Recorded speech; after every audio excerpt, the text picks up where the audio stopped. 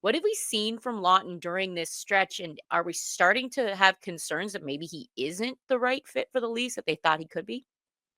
It's a difficult one. I think they overpaid for Scott Laughton. Man, they gave up a first rounder and one of their Mm, best prospects in Nikita Grabenkin, who, very much tries to model his game after, Matthew Tkachuk. So, that's a quality that they're going to be missing in a couple years.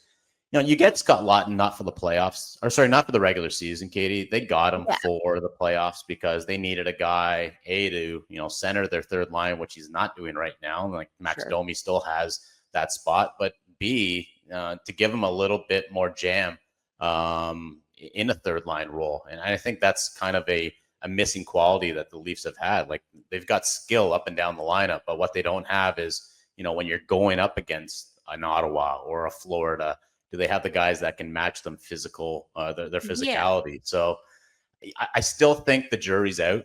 I don't want to say that the Scott Laughton trade acquisition has kind of blown up in Toronto's face.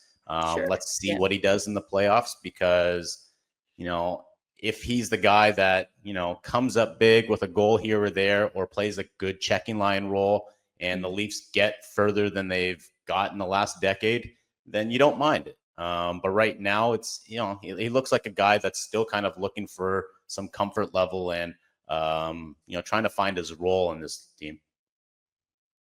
Yeah. What do you think, Steve? I would be in the mode of, first of all, complete shock because I completely forgot that the Leafs gave up a first rounder for Scott Laughton. Yeah. But wow. But I would say that it's too small a sample size to freak out about offense because he's never been an elite scorer. Yeah. It's more You'd the like more, rating that surprised me. yeah, and I mean it's more a case of I agree with Michael. I think this is an agitator. This is a guy that gets Okay.